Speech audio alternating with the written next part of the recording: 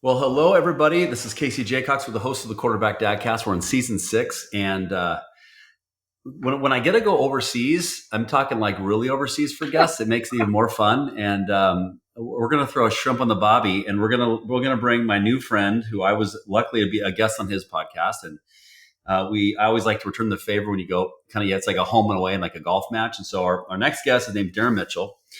And he's one gentleman that I really enjoyed meeting because he shares similar mindset of relationship building that I do. I think he's really set the tone for what that looks like over in Australia and maybe even probably worldwide. But for those who are in sales, you want to find a new podcast, he has one. It's called the Exceptional Sales Leader Podcast. He's been doing it for years.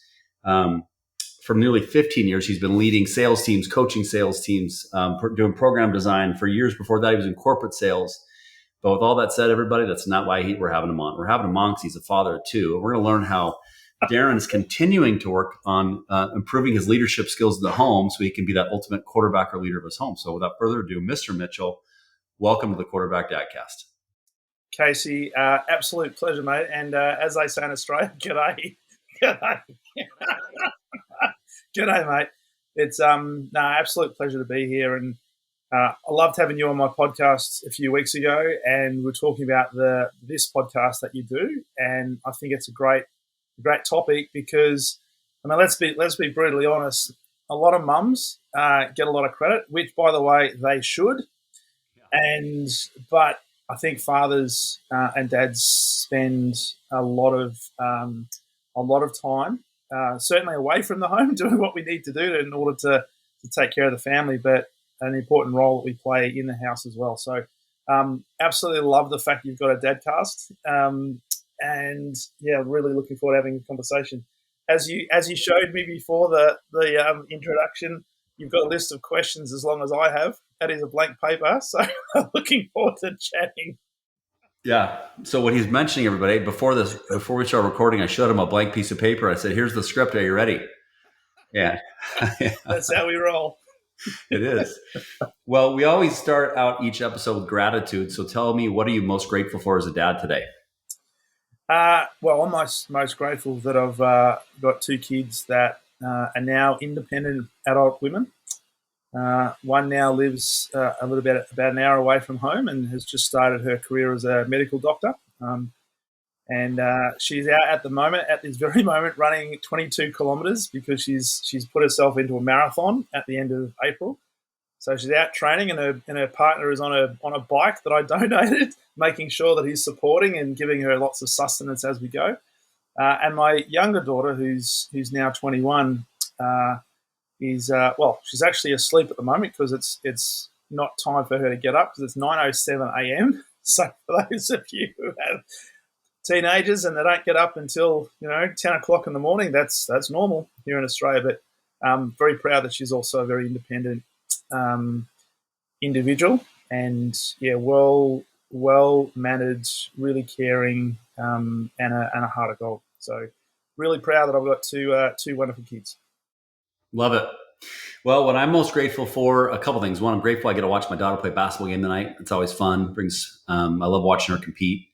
I love the toughness in her. She's inspiring to watch. Obviously, proud dad. And I'm also grateful for my son who's in college. It's amazing that for any dads who've experienced their kid going to college that first year, it's insane the maturity that we've seen from him in literally like 5 months. It's like just the conversations, the thoughtfulness, and I'm grateful that he doesn't my parents are calling me again. Oh, geez, you guys are idiots.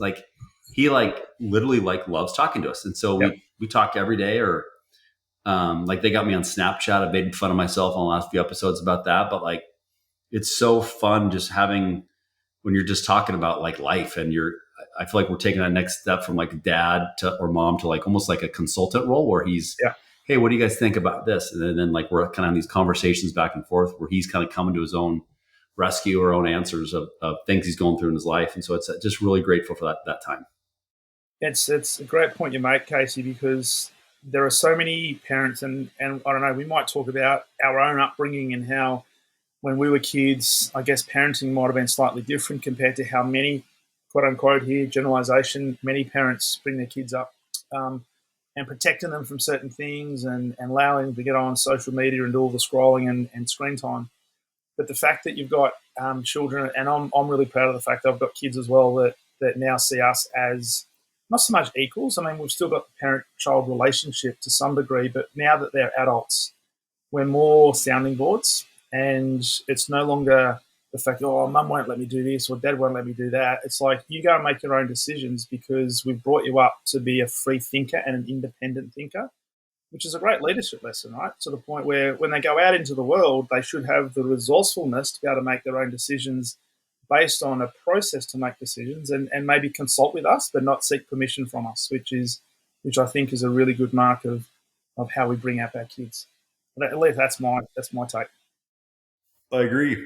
Well, you mentioned you had a couple daughters. Maybe bring me inside the huddle a little bit. That's for Yep. for the huddle of like a quarterback theme. Yep. I'd love to learn a little bit more about each daughter, and then maybe share how you and your wife met. Wow. Where do I start? Well, my eldest daughter's name is Kiralee, and she's just about to turn 25, and I can't believe A, she's nearly 25, and B, she's now a fully qualified medical practitioner, which is just insane. Um, my kids are chalk and cheese. She's very much a science-based, scientific, very intelligent, but also very caring, so very emotionally intelligent individual. Um, loves her family, loves being around the family. Not one of these kids that would actively want to look for opportunities to leave early in her adult life. Didn't want to necessarily go out and party with all the other teenagers. Her idea of a good time is being home amongst people that she cares dearly about. Not so much watching Netflix, but just talking. Right, so her and my wife have a fantastic relationship, and they're always Snapchatting and doing stuff together, and taking the P1SS out of each other, which is really interesting. But very scientific, very intelligent, but also very caring soul. Has also played a lot of AFL footy. So for those who are in America, it's similar to gridiron, except we don't throw the ball because that's illegal. We have to punch the ball or what we call handball the ball, and we don't have padding. Right, so it's a very physical game, very fast-moving game. But she's recently retired because she had a number of concussions, and as a medical practitioner, being concussed and having some head injuries not a good thing. So she's no longer doing that, but she loves sport, and hence she's into marathon running at the moment. So that's Kiralee, the eldest. Haley, the youngest, 21, completely different kettle of fish. From a very early age, we saw that she was a very independent, dare I say, stubborn individual. But she's got a heart of gold, and she's more of the creative person. So she's been doing drawings and doodling and making up stories and stuff since she was really, really young. And she's just finished an interior design degree. So she's looking at maybe doing some part-time work this year before traveling, because her whole goal is to go and live and travel in Europe and live in the UK. She's an avid fan of what's that movie? The movie with it's a Christmas movie where they got Christmas Vacation. No, it's the based in the UK, and they go away, and Hugh Grant's in it. Is it Family Stone? No, you know what? I'll forget it. But her idea is to go and live in the UK. So very much a creative individual, but again, she likes being at home. She's got a small group of friends that they are very, very tight. But both of them have great levels of servitude. So always looking to serve others and helping others whenever they can. So really proud of both of them, even though they both have different, I guess, personalities, which you'd expect, and different approaches to life. How I met my wife, well, her and I met at university. We both wanted to do architecture when we were younger. We both missed out by about 3 or 4 spots to get into architecture at the same university, and both ended up doing building engineering at the same university. So we actually built up a really good friendship for 4 years through university, worked a lot together in terms of group projects. And once we finished, one of those serendipitous things, we just started going out. And in March, it'll be 30 years married. So Yeah, Wow. very much Congrats. a long innings, as we say in cricket over here. There we go. Okay, well that's cool. It's funny you mentioned independent. Like my daughter Riley, she's very independent, like very independent. Like my wife's independent, and she can be stubborn. My wife can be stubborn. Sorry, honey, airing you out there. But my daughter's like crazy creative though. Like Yep. I don't know where she gets these art skills. Like I could not. I'm a stick figure drawer, but she does Me like too. these. It's amazing how like people who are good at art, like how do you do that? Yep. And for her, it's like nothing. I'm like, it's funny, just we all got our gifts, I guess. It's frustrating that you see people that can just pick up a pencil or pick up some sort of texter and just create something. And I look at that with envy, and now I look at that with curiosity and think, wow, that is just a phenomenal skill. I wonder what the process is behind that, and could I learn to do that? Similar with people that pick up like a guitar or just have this ability to busk and jam and do things. I often wonder, God, what it'll be like to actually just pick up a guitar in a random space and just be able to sing, and that'll be a fantastic skill. One of which I do not have. I do. Well, you're a legend. You are I a taught I legend. taught myself how to play guitar like 15 years ago. I had a Yeah. buddy. He taught me like two chords, Okay. and then I learned a few chords. And the more beers I have, the better singer I am. Nice. It Well, sounds that's better. and It sounds that's. better to others. It sounds better to you. But no, I love playing. It's fun. I mean, you can play 4 or 5 chords. You can play a lot of songs. A Nice. lot. I'm learning, and it's kind of fun when you can do it, and just sometimes it's very therapeutic. Yeah. I find Yeah. I don't play a lot, but when I do play, it's definitely fun. And I always ask my wife, I go, "Was that awful or is it okay?" No, it was good. I'm like, "Are you just saying that?" She's like, "No, it's actually pretty good." I'm like, "Sure." I don't know if I believe you, but okay. Let's go and test it on the street corner. Yeah, there we go. When I come to Australia, I'll bring my guitar. Wow. Well, talking about that, when I was in Vegas before Christmas, I mean, we've got buskers in Australia, right? And they're pretty good buskers. The people in Vegas, they were incredible. And the noise, they've got like they're massive, massive sound systems. We had guys, African American dudes, singing the most amazing jazz and blues. It in Australia, be like you'd be going to see that bloke at a concert hall. He was that good. He was phenomenal. And I think, wow, what a skill! What a skill! Yeah, there's a lot of talented singers. Actually, probably 2 episodes ago, I interviewed a guy named Adam Hood. If you like country music, or anybody in Australia likes country music, he's unbelievable. He's so talented, and I met him at a conference where I saw him play, and I was like, "How is this dude not like?" And it's so competitive, and but he's got a great following. He's an independent dude, Nice. but it just goes to show how many really really good singers there are in the world that just maybe haven't got the chance yet. You know. Yeah, I mean, I'm a big fan of Darius Rucker, who was the head of Hootie and the Blowfish, and I saw him 7, 8 years ago in Australia, and he was supported by who's the really famous country singer now. Anyway, I had Love Actually as the movie, which I just remembered. I Well, that's a great remember, movie. I remember It's a what great movie. his name was. But I mean, he's so talented. But he had a support act. Luke Combs, that's who it is. Luke Combs supported him, and now Luke Combs is in Australia and New Zealand doing stadium tours, and he's sold out. And he's got an incredible voice as well. So, mate, it's talent plus hard work. Certainly outwins talent alone. Yeah, just like anything and things I've shared with my kids, it's like the art of practice, no matter what you do, is always going to be important. Yeah, And I know when I was on your show, we talked about like salespeople, and salespeople like to wing it; they don't yeah, practice. But whether it's speaking, you can practice. Whether it's guitar, you can practice. Basketball, golf. I mean, doctor, you can probably practice being a better doctor. Like yeah. there's things you can do. So. That's it. Never stop learning. Um, Okay, well, I want to go back in time, sir, and Mhm. learn about life for Darren growing up, and talk about the impact that your parents had on you now that you're dad. So I grew up. I was born late 60s, so Gen X, and what we would consider to be an average Australian upbringing. One brother, mum and dad, local house, one dog.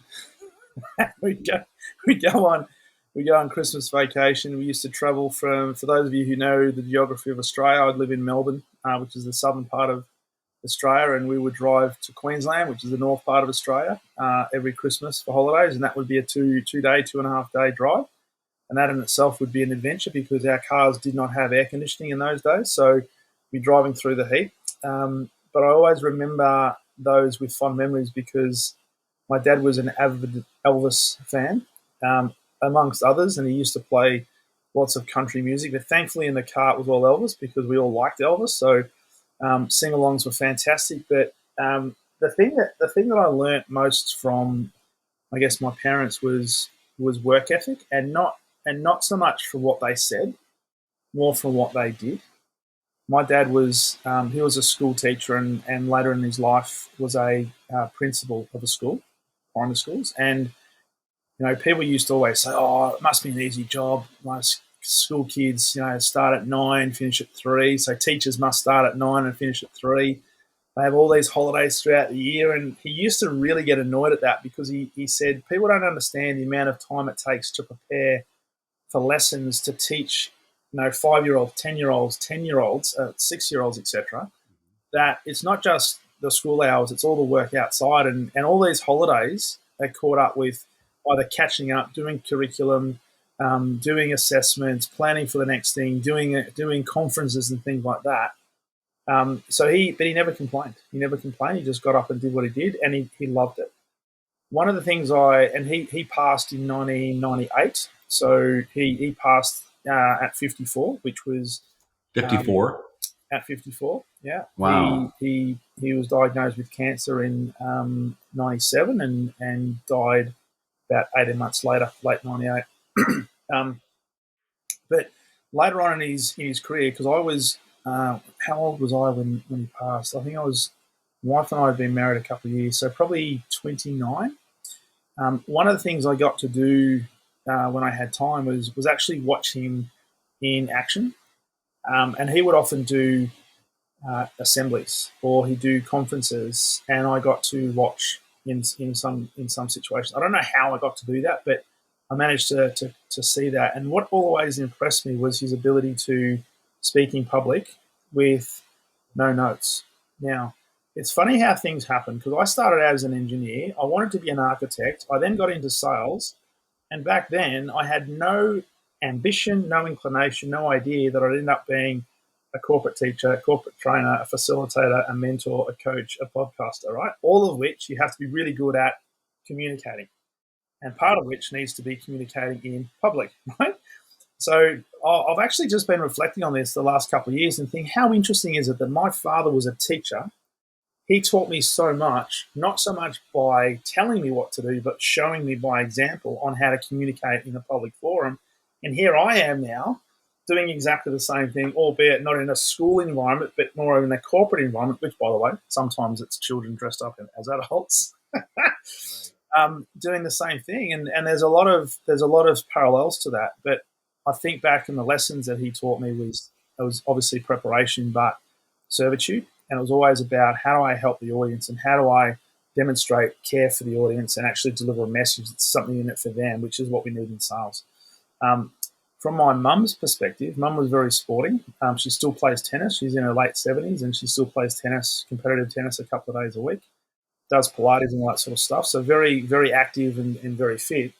And again, I mean, she spent many of her years as a full-time mum and then started to go back working part-time, but she was just always there. And she created and helped create an environment where both my brother and I, A, felt safe, B, felt supported, and C, felt encouraged to take on activities, take on help hobbies. And it was always okay, so we'll just give it a crack. Give it a crack and we'll be there to support you. So I watched both my parents go through our early lives, in our early junior sporting careers, being involved in football clubs, similar to what you are in the basketball realm, whether that be a team manager, team assistant, or coaching. And I found myself doing exactly the same thing for the last 13 years, running a female football program here where I live in Melbourne. And the same issues exist today as they did when I was a child. That is, it's very hard to get volunteers, but we do it because we love creating an environment where people can actually express themselves and do it in a safe and encouraging environment. So, man, lots of lessons. And it's only now when you ask this question do I think, wow, there's so many parallels and so many things that we're doing today that have their origins in the examples that my parents set all those years ago. But at the time, it's like, we're just going through life doing things. Yeah. Well, unfortunately, I share the pain of losing a father. I lost my dad in 2021.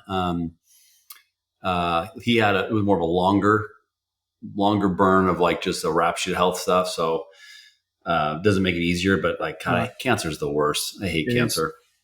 It is, and it's the biggest lesson I had from that is, I mean, I don't wish that upon anybody. Just to see a loved one just deteriorate over time and become a shell of their former self. Yeah. A couple of things. One is at least we got the opportunity to say goodbye. And his wish was if he was going to pass, he wanted to pass in his own home. So he came home and we were there. My wife was there, my brother and his wife were there. And we were there when he passed, and it was a good thing knowing that we were there, and I think him knowing that we were there as well gave him a little bit of comfort. But one of the biggest lessons he taught me through this process, Casey, was he got to the point where he obviously accepted his fate, and it was no longer about him. He was more concerned about, will my mum be okay? Did he care for her enough to provide for her so that she'd be okay past when he left? His biggest regret that he shared with me that he would never get to see his grandkids because both my brother and myself hadn't yet had kids, right? And now there are four in the family. So, um, but he never complained. It was I never ever heard him say, "Oh my God, why is this happening to me?" It's a case of what it is, what it is, right? How do I make sure that others around me are taken care of?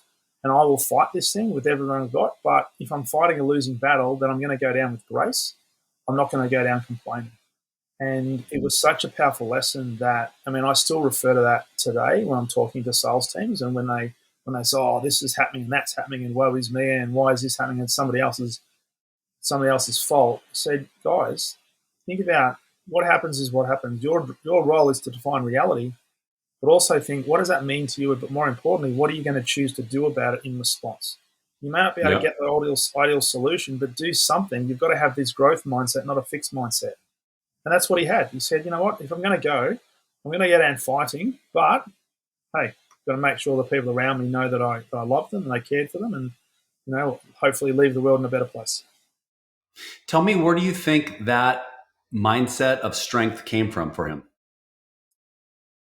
Uh, I, to be honest, I don't know because his parents, um, his father was like I wouldn't say he was involved in some shady stuff, but we would often get things that fell off the back of a truck, right? And he was involved in horse racing. So my grandfather, his father, was a strapper, so he used to work with horses a lot, and he used to have contacts in various places that things could happen. But he was not the type of person that would necessarily set an example. So I think my father was successful in his career in spite of what the upbringing that he had was. So perhaps he saw the examples that his parents were setting and the people around his parents and said, hey, I don't want to be like that. I'm going to choose a different path. So he actually became, and I wouldn't say he became a self made person, but he obviously ended up surrounding himself with people who taught him a different way and started to learn from there. So he found some mentors in other areas. And I've never actually got the opportunity to speak to him about that. But looking back, there were some things that happened and some objects that found themselves into our house that were quite questionable. I'm thinking, there might have been a different path he could have gone down, but he chose a different path. And he chose because he was doing what he thought was right, not what was easy. When he, if you remember, Darren, tell me, was there ever like a kind of like that eerie spiritual moment before he passed? Um, I got a sense, and we had a dog at the time, a dog called Gemma, and she would spend a lot of time with him. And I think animals have a sixth sense. So I think she knew because she didn't want to leave his side Yeah. the night that he passed. And I wouldn't say that there was any obvious spiritual thing, but there was a feeling that we got that, today's the day or tonight's the night. And when it happened, all I can remember is, there was sadness, but for us, it was actually more contentment and relief. And that might sound really strange to see a loved one pass, but No, for me, I it was get it. like, for God's sake, he's now out of pain and he's now at peace. And, whether people believe in the afterlife and stuff like that, I firmly believe that he's now in a better place. And that, it was just devastating to see him go through the suffering. Even though he didn't complain about it, I know the pain that he was in, and all the morphine that he had to get. And it just got to the point where, the best thing, and I do remember having a conversation with him, and he could hear me, but he couldn't probably respond. And we basically said, "Hey, Dad, it's okay. It's okay. When it's time, we're happy to let you go, and be okay." And for us, that was cathartic for us. Not so much to give him permission, but just to say it's okay, because at the end of the day, when you think about it, for the people that are left behind, they go through the grieving process, but sometimes, unfortunately, we make it about ourselves to say, why did they choose to leave me, right? When you think, what, now this person's probably, it's their time, and how do you help them make that transition and give them a good send-off to say, hey, it's okay. It's okay. We'll be okay, because what you've done is you've left us with things that we can keep you with us, but we'll let you pass over and start your next journey. Yeah, I asked because when my dad passed, like the last 2 weeks, like, so dementia was just brutal. Like, but like, I'd say the last like 3-4 weeks, we went and I saw him probably 4 or 5 days a week. Yeah. It was during COVID, so we couldn't really, my son, we had the masks on and stuff, and so he was there. And I remember one time, like, I wouldn't say like a quote unquote religious person, but I'm very spiritual, faith, believe in higher power, believe in God. Yeah. And I remember, like, on my dad couldn't really hear as much. He couldn't, but he could read still. So I remember on my phone I said, God loves you. And I wrote down and I showed it to him, and he smiles. And then I remember one time he was staring at a picture of his mom, my grandma Grace, who passed away, I don't know, 20 years ago, let's say. Yeah. And then all of a sudden he sees her. He's pointing the picture, and he was pointing up in the room. I go, what are you pointing at, Dad? He's like, I couldn't understand. He kept pointing at his mom. I go, is Grandma here? He says, yeah. And I'm like, what? Wow. And then one day I wrote on the phone, I go, Dad, you told, you're in pain. We love you. We got it here. It's time for you. Are you ready to go meet God? And he goes, not quite yet, but pretty soon. Wow.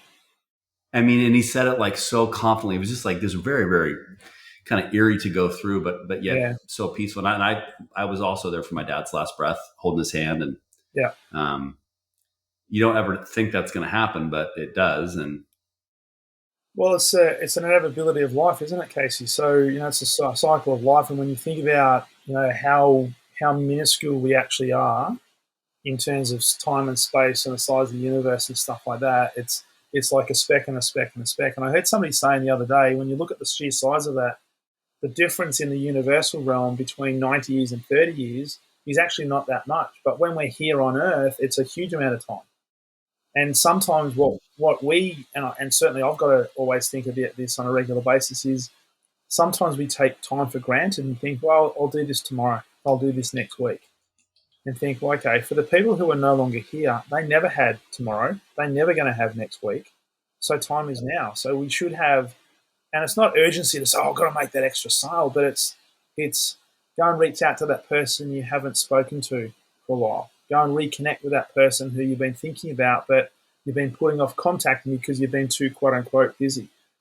So in these type of times, it reminds us. And every time I've got somebody that's close to me that passes, or I know somebody within the environment that passes, it's always the same thought process. My God, they're not here. And it becomes really real. And for a short amount of time, I think, you know what, I've got to make today count. And I do. But then very quickly, within about a week, we're back to business as usual. So it's a constant reminder that we've got to, make sure that we've only got an infinite amount of time, and we don't know when our time's going to be up. Well, perspective is a funny thing, right? And Yeah. sometimes we go through these like challenging times, whether it's in business or a death, like we talked about, or um, and I'd be honest. So as I mentioned, I was in Atlanta this week for Mm. work, and my Uber driver, um, I always like to do a little small talk here and there, and he was an older dude. And late, I said, he had a good day. He's like, yeah, it's been good. I go, did you just start or are you just getting up? No, you're my last ride. I'm like, oh, cool. Thanks for picking me up. And he's like, no, I don't have many people say thanks. I go, well, I kind of believe in the you treat people the way you want to be treated mindset. And so we chatted. His English was broken, and we talked a little bit. And I said, are you from the United States? He's like, no, I moved here. I go, from where? He's like, well, from Haiti. Wow. And he goes, yeah, he goes, unfortunately, it wasn't safe there anymore. There was wars, and we had gang issues. And I'm like, oh my God, sorry to hear that. He goes, what? He goes, yeah, I actually left. I had a house on the beach. I had 2 master's degrees. I was an executive at a university, but my family wasn't safe. And so I moved the entire family to Atlanta. And I can't wait to move back, but I love it here. People are nice, but I can't wait to move back. Yeah. And Yeah. just like a perspective as a dad, I was like, I told my kids when I got home, I'm like, just when you think you're having a bad day, I'm not saying feel guilty, but like, just know someone has it worse. Oh, absolutely. Absolutely. And I mean, it's so easy to he's like go, sorry. 60 years old. Wow. And Can you imagine that? oh, so he was 60 when he moved over. He's like 60. Yeah. Like Wow. maybe he's 60 now. So like, yeah, late 50s. And I mean, like, if you you're having your elite part of your career, you've worked your ass off, you've made enough money, you have a house on the beach, Yeah. and he had to get rid of all of it just to Yeah. go stay safe with his family. It's insane. It's insane. And when you think about that, like in Australia, I mean, Australia has been, depending on who you believe, is built on the back of convicts being shipped out from the motherland, years and years ago. So we're all got convict blood in us. But we hear stories of first and second generation Australians who had parents that came from England or came from Greece or Italy, Macedonia. We've got a very multicultural society here in Australia, and a lot of them came out with literally the clothes on their back and maybe a couple of dollars in their pocket. And one thing similar to the American dream, the Australian dream is, if you work hard, you can create whatever you want here in Australia, right? Now, unfortunately, there's a lot of people in our country, and I'm sure there's some people in your country as well that take it for granted that everything's going to be given to them, and we need support by the government, etc., etc. Of which our parents and grandparents who came from those countries didn't necessarily have, but somehow they managed to actually build a life and create an environment for their kids and their future generations to be well looked after. So this work ethic and uprooting from Haiti to America, or from England to Australia, or from Greece to Australia or America, I don't know if I could do that, right? Because I'm thinking at my age, imagine doing that and uprooting the whole family and starting again in a country where many of them didn't even know the language because English wasn't necessarily their native tongue, and yet they've done it. And I mean, that in itself, you could probably spend hours dissecting and thinking, what are the lessons there? Because they're phenomenal lessons on work ethic. Oh, well, another thing I forgot to tell about the story. So I said, what is your first language? He goes, I speak French. Mm. Well, I took 2 years of French in high school, and I'm 48. So that's Mm-hmm. like, 30 years ago. I mean, for a long time ago. Yeah. And so I go, je m'appelle Casey. I just, and I told what did I say? How did I say? I forgot to say I speak French. My name's Casey. Yeah, I said, my name's Casey. And then I told him, like, he goes, voulez-vous français? I said, un peu. Like, just, and he goes, and I think just being, vulnerable to, have heinous French. Yeah. And his English wasn't that good, but we had this little connection. Yeah. And I just told him, I'm like, again, man, hey, I'll say a prayer for you. I wish you and your family safe. And I wish you guys can get back to Haiti, and I hope it'll be better. But like, I don't know, those stories of like relationship is what I love sharing with my kids. Yeah. I'm sure you probably have stories for days of like stories that have impacted you that you've shared with your kids that maybe like, that maybe, as I said, does one come to mind that you maybe want to share that was impactful for your kids that you shared through your life experiences? One story that actually happened to us. So, full disclosure, between Haley and Kiralee, we had a third daughter. She was born stillborn at 34 weeks. So we and 2002. So this year she would have been 23, and we named her Courtney Rose. So Kiralee was about 18 months old, and we were expecting a second child. My wife's cousin was also expecting at the same time, and she was probably about 4 weeks advanced of her. So her son Jack now is turning 23 this year. Lovely kid. But the story we go through, and it's probably a story of, it's sad, but we've been really open about it since, and we still celebrate Courtney's birthday every year. I guess the investigation showed that it was an act of God. There was no natural cause. There was nothing wrong with the baby, but it just happened. And we often talk about that.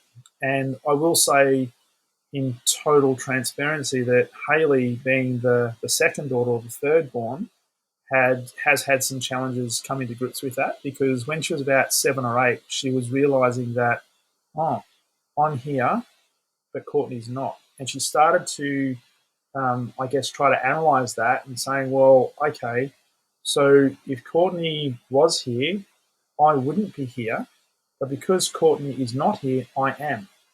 So it was almost like, oh my God, I'm really sad because Courtney has passed. And the only Yeah. reason Courtney passed was for me. So us having that conversation, we gave her some professional help to work through that.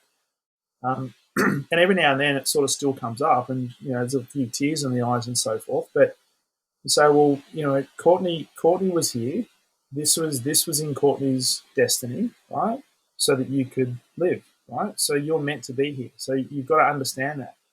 And I guess your legacy to that will be, what do you choose to do with your life?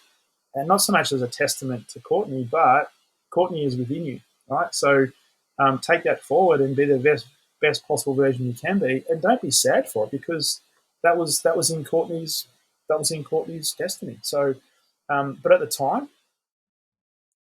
my wife and I were really, really strong. It helped us become closer. But it was interesting to have people around us who didn't know what to do, didn't know what to say. And the lesson looking back was, we were very open and very transparent. And we said, hey, we're not going to dismiss this. We're not going to not talk about it. We're going to celebrate this. We're going to celebrate Courtney. We've still got her ashes with us. We've got photos of her when she was born. We've still got our parents to come in and hold her. And all that sort of stuff. So, and we gave her a funeral, all that. So it was a lesson in, hey, things happen that you don't know why, and it's easy to blame circumstances, easy to blame others, but it's like, you know what? Excuse the French, but shit happens, right? It's what you Yeah. choose to do with it in response to that will ultimately define you, but do not let that event define you. Right. So when we've had challenges with our kids, and we've not necessarily referred back to say, hey, remember your sister is not it. We didn't say that at all, but we've said, hey, let's put this into context, right? What's the lesson here? Can you affect anything that's just happened? Well, if the answer is no, it's beyond your control, then the conversation shifts to, okay, what do you have control over? You've got control over the choices you now make and the actions that you now choose to take. That's it. Let go of the need to have the perfect outcome. Just take the next step and have faith that it will be okay. It'll all work out, because at the end of the day, if at the end of the day, if it hasn't worked out, then it's not the end. Right. So I want to make sure. I don't know if I quite heard when you were saying the story. So how old was Courtney before she passed? She was stillborn, so she died in utero. She was at 34 weeks. I came home from work one day, and Shari, my wife, said, I can't feel the baby moving, because she was very much a mover. And my wife was a little bit concerned. We thought, oh, we'll just see how it goes. We'll let it go for a couple of hours, and nothing changed. So I rang our obstetrician, and he said, right, I'll meet you at the hospital, because we'll do some analysis. So we went in and had the ultrasound, and they couldn't find a heartbeat. So that's when he said, "Look, it looks like there's no heartbeat." So, and he was very calm, very soothing, fabulous guy. He's delivered all of our kids. And yeah, my wife had to be induced. So it was, I think, 48 hours when Courtney was born. And I've got to say, in the hospital, um, the people at the hospital were phenomenal, and they treated us just like you're having a baby, right? It wasn't, oh my God, woe is you, I'm so sorry, etc. It was like, hey, you're having a baby, and when she was born, they gave us time to spend with her, which was phenomenal. So I think that was helpful for us because it started the, I guess, the healing process or the meaning process. How to, we did go through a stage of why did this happen, etc., etc. But then we said, you know what, us looking for answers is not going to change the fact that she's passed. What do we do? How do we move forward? And we started thinking, well, how do we now treat this, and how do we now treat people around us, because they've got no idea what to say, what to do. And so we said, hey, this has happened. We don't know why. We're going to try and find out why, but let's be open about it and talk about it, right? And if people feel nervous, then we're going to try and take their nervousness away by proactively talking about it. Yeah, I love your approach, man. You're speaking my language, which I think what you're doing is being vulnerable, and you're being vulnerable to share. And that's the one thing we as humans have in common. We all have shit that happens to us. We all have issues. We all have fears. We all have things that make us sad, make us laugh. Yet so many of us keep these things close to the vest. Like, I got to be perfect and I can't show that I need help. And that's it. I'm hopeful that there's a family that comes across this episode and is inspired to say, well, you know what? Yeah, that's happened to us, but here's an example of maybe someone in the United States listened to, but someone in Australia, they got back in the batter's box and they wanted to, for a baseball analogy, and they had a healthy daughter. Yep. And she's thriving and she's doing great. And, we're still going to celebrate the daughter, or, that left, had to go unfortunately early. If that doesn't make sense, but it is what it is. Yeah. But I think your story is inspiring, and I appreciate you sharing, because I didn't know this before we started recording, but I think this is the powerful stuff. Why I started this podcast 6 years ago is to hear these stories, to hear what dads can learn from other dads. Because I feel like, Darren, every time I talk to dads on this podcast, I feel like I'm getting free therapy, today included. Well, yeah. I mean, it's interesting you say. I mean, I've always been an open book, right? So, and you would know this, running sales kickoffs and in the work that you do, that if we are to be a good leader, if we're to be an exceptional leader, then we've got to be ourselves. And part of ourselves is there'll be some good stuff, there'll be some not so good stuff, and there'll be some challenges we've had to deal with and overcome. And we may not have overcome all of them, but I guess I believe a true leader is an authentic leader, that you get all the bells and whistles, you get all the warts and all, right? So I've got nothing to hide. There is absolutely nothing to hide. But in everything that happens, there's a lesson if we choose to find what the seed of that lesson is. And I look back now and think, you know what, that's part of our story, right? We can't rewrite the story. And when people ask, if you go back in time, whether it be in your career or in your life, would you want to rewrite anything? I said, no. What would you? Everything that's happened has been a combination of who we are today. And if we change that, it's like going into time travel. Do you really want to change things to get a better result? Well, you know what? There's going to be a price to pay for that. But the key thing is, what is the lesson, and how can you move forward from that lesson despite the difficulty that you might have gone through at the time? That's the thing. The unfortunate thing, though, Casey, as we know, is sometimes you need the passage of time to have the perspective to look back and think, what was the actual lesson? Because when you're going through it, the last thing you're thinking about, to be brutally honest, is, what is the positive lesson out of this? How can I demonstrate a growth mindset so I can move forward? No, you're going through a shitstorm, let's be honest. Right. And you're right. Okay. And a lot of times it takes time to be open to even hearing the reason, but when you can be in the right mindset of acceptance and okay, I can't change what happened. Yes. I totally agree with that. And the majority of adversity moments in my life, I still reflect on, I've been through that, I can get through this. Or I went through that and this is the lessons I learned. Let's go back and really be thoughtful and present with those thoughts to use those skills now. Correct. And in times of challenge and in times of grief, the natural human tendency is to want to wrap your arms around somebody and console them and be there for them. And there's nothing wrong with that, other than we've got to make a decision. Is this the best strategy for that person at this particular time? Sometimes all that person needs is you to be there for them. And that means just being there and not saying anything, just not doing anything, just being there, right? Listen. Just listen. Yeah. Just Don't listen, fix them. not try to make meaning of anything, because nothing has meaning, right? I had, with the greatest amount of respect, my mother at the time when we lost Courtney was asking all these questions. Why did Shari fall down? And it was just the old thinking that she'd been brought up with, that she needed to look for a reason as to why this happened, because this shouldn't, quote unquote, happen. I said, Mum, it's happened. There's nothing we can do about it, right? It's an act of God. It is what it is. What can we do with it now? Well, we've got to all find a way to move forward. And so I think what the lesson that I got from that with my wife and I is we were the ones that had to be the catalyst that then led others around us in terms of how to more effectively deal with that. And if we hadn't have done that, we probably wouldn't have had the relationship that we now have with everybody. And I guess the freedom of how we now recollect and talk about that experience, but also remember Courtney as the person that she was and is. Yeah, a lot of gold in that, man. A lot of wisdom and powerful stuff, to say the least. I want to transition to one of the questions I always like asking dads is like an area, and now that you've successfully you got two adults. They're not in jail. They're surviving. They're doing great. They're doing good things in the world. But if you could look back and say that maybe a younger dad's listening, that you could share maybe an area your dad game that wasn't quite where you wanted to be. If you could go back and say, man, I wish I was a little bit more this, that we can maybe help a younger dad prevent the same mistakes that maybe you have made, or like I always lean on patience for me. Like sometimes Yeah, I lost my patience yeah, early. That I wish I could be more yeah. patient.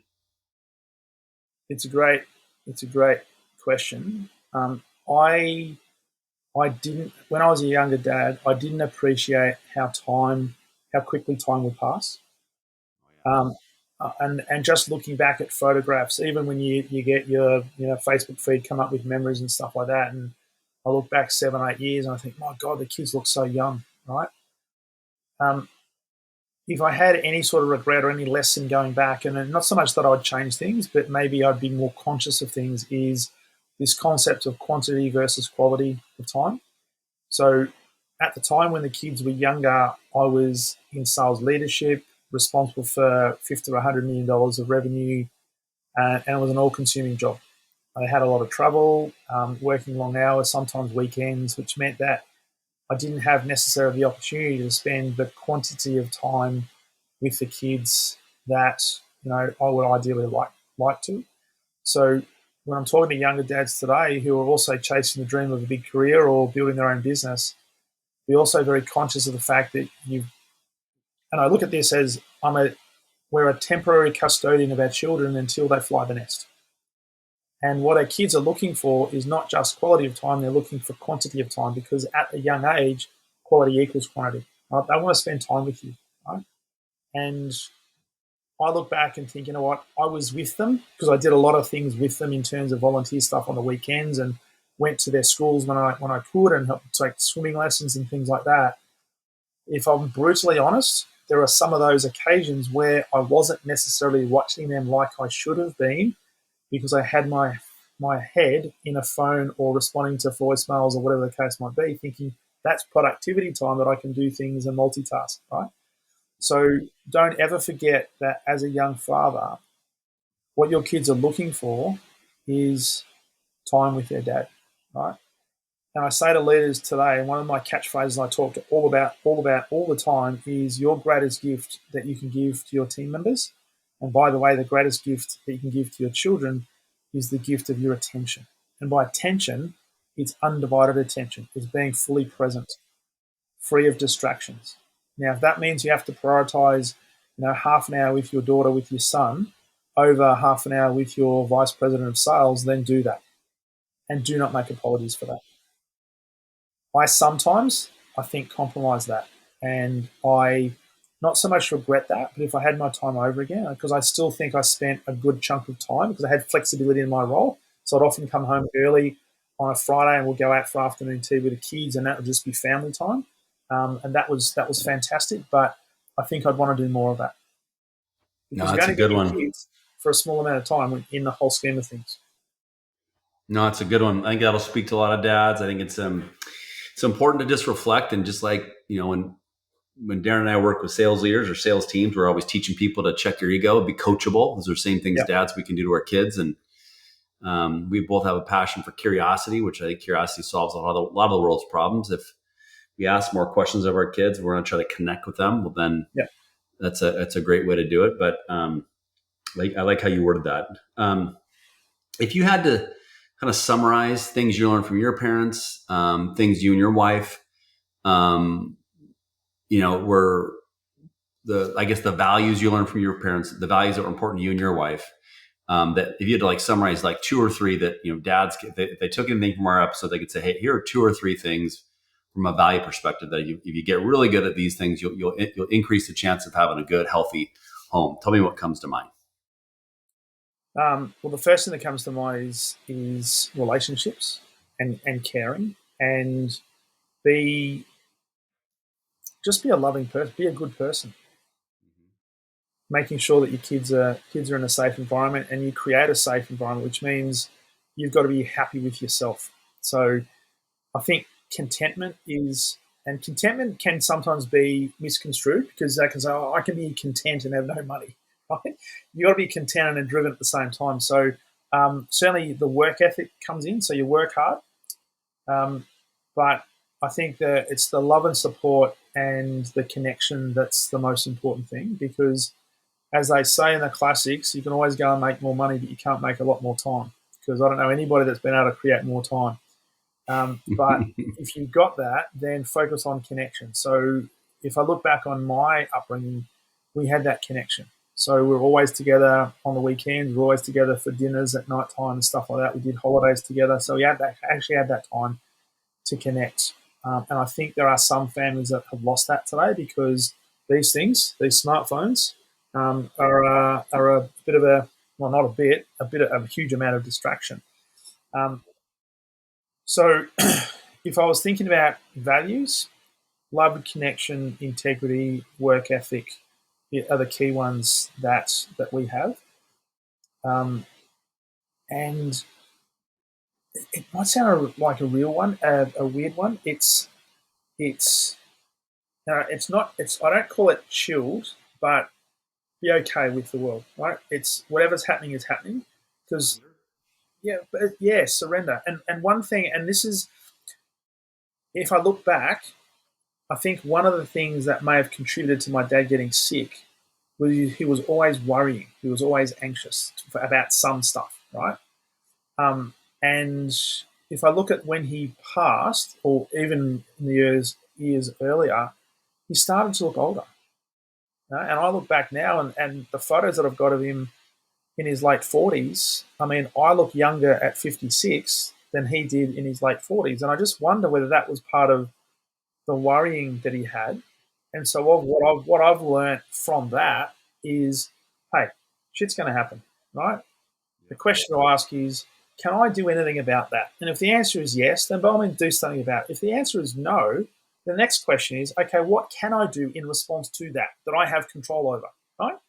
So stop worrying about the stuff that's out of your control and start focusing on the things you do have control. So, and you would know this running a business, there are days and weeks and months and sometimes years where it's up and down like a roller coaster. We talk about the entrepreneurial roller coaster, right? So there are days like things are going fantastic. Then there are other days think, I don't know, where's my next client come from? My goodness. And it would be easy to worry and get caught up in that. One of the things I've learned to do is, at the end of the day, everything's going to work out because I've got some good principles. I'm a good person. I've got a good heart. I'm here to serve.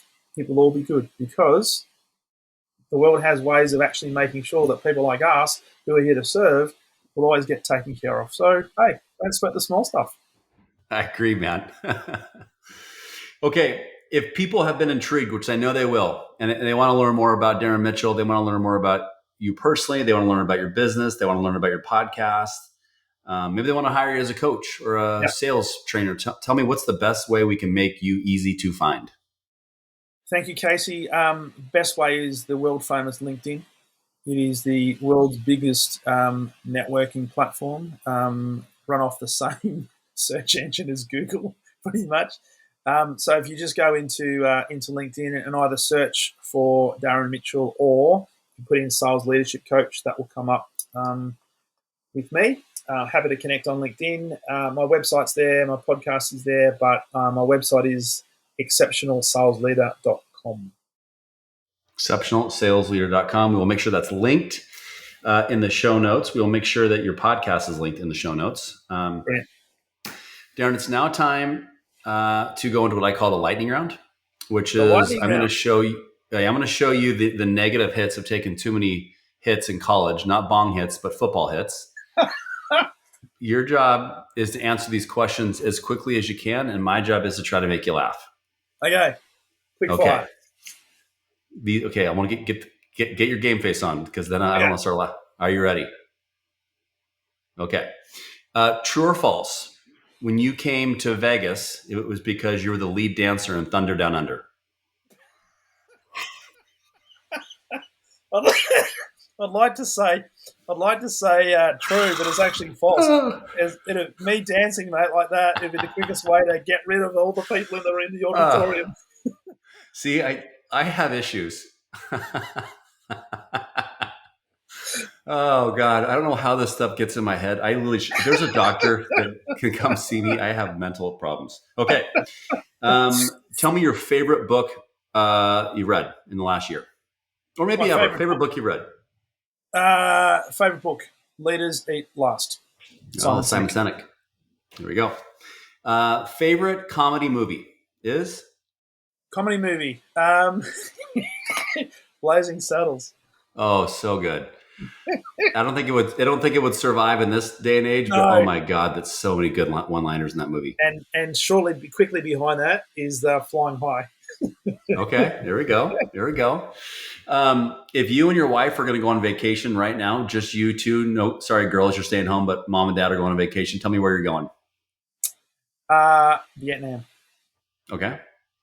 If I came to your house for dinner tonight, I took the fastest plane ever and I can make it in time for dinner. Tell me what we would have tonight. Mate, you would be having some beautiful Australian beef on the barbecue, accompanied by some beautiful beetroot salads, some roast potatoes, and one of the finest bottles of Shiraz you'd ever tasted. That sounds really good. That sounds good. Sounds really good. If I went into your phone, what would be the one genre of music that might surprise your daughters you listen to? It might surprise my daughters. Well, Taylor Swift. I don't know if that's a genre, but Swiftie. When we get in the car together, that's the only thing that's on it. My choice, which is not a surprise to her, is country with Darius Rucker, Luke Combs. True or false? Your podcast guest you're staring at can play wagon wheel on the guitar. I would say true. I can. Did I get that right? You do. Yep. I can play it. Okay. If there was to be a book written about your life, tell me the name of the book. The Exceptional Sales Leader. Okay. Good job. Okay. Now, Darren, The Exceptional Sales Leader. It's one hell of a book. I've read it 10 times. It's so good. And now it's being broadcast everywhere. It's worldwide. Hollywood now has found it, and Hollywood, California, and they want to make a movie here in the United States. But you are the casting director, and I need to know who's going to star the sexy, strong, talented Darren Mitchell in this critically acclaimed hit new movie. I think the only person who could play it, and he may not have any acting background, but I think it might be a guy called Casey Jacox. Oh God! I thought you were going to say Crocodile Dundee. I'm like, you can't pick the easy Australian. If Casey wasn't available, I reckon either a Mark Wahlberg or somebody like that. There you go, a little tough Boston guy. Yeah. Okay, and last question, and most important question. Tell me 2 words that would describe your wife. Caring and at ease. There we go. Lightning round's over. We both laughed. We both giggled. We both had fun. But I learned a ton about you. Thank you for being a guest on the show. I want to remind everybody that dads, you do not need a podcast to have conversations like these. You just need a phone. You need to make the conscious choice to be a little curious and phone a friend you haven't talked to in a while. And don't just say, hey, how things going? Like, really mean it. And ask second or third or fourth level questions and find out what's going on in their life and find out maybe how you can be a better friend, or maybe your wife, how can you be a better husband this week? Or to your kids, how can I be a better dad this week? And truly mean it. I got that question from a previous guest named Matt Miller. Shout out to Matty for listening. And it's a great measurable way for us dads to, if we want our kids to be coachable, we need to be coachable too, and find ways to be better versions of ourselves. I want to thank every dad who continues to listen. If this episode has touched you or meant something to you in a way, the biggest gift you can do for us here at the show is just share it with someone else. If you're not taking time to leave a review on the Apple Store or Spotify, or wherever you consume your podcast, please go ahead and do that. That would mean a lot to us as well. But Darren, thank you again for your time, brother. Appreciate you, and I'm glad our paths have crossed. And I hope to one day meet you in person. That'd be fantastic. Thanks, Case. It's been an absolute pleasure, mate. Stay well, and all the best to you and your family.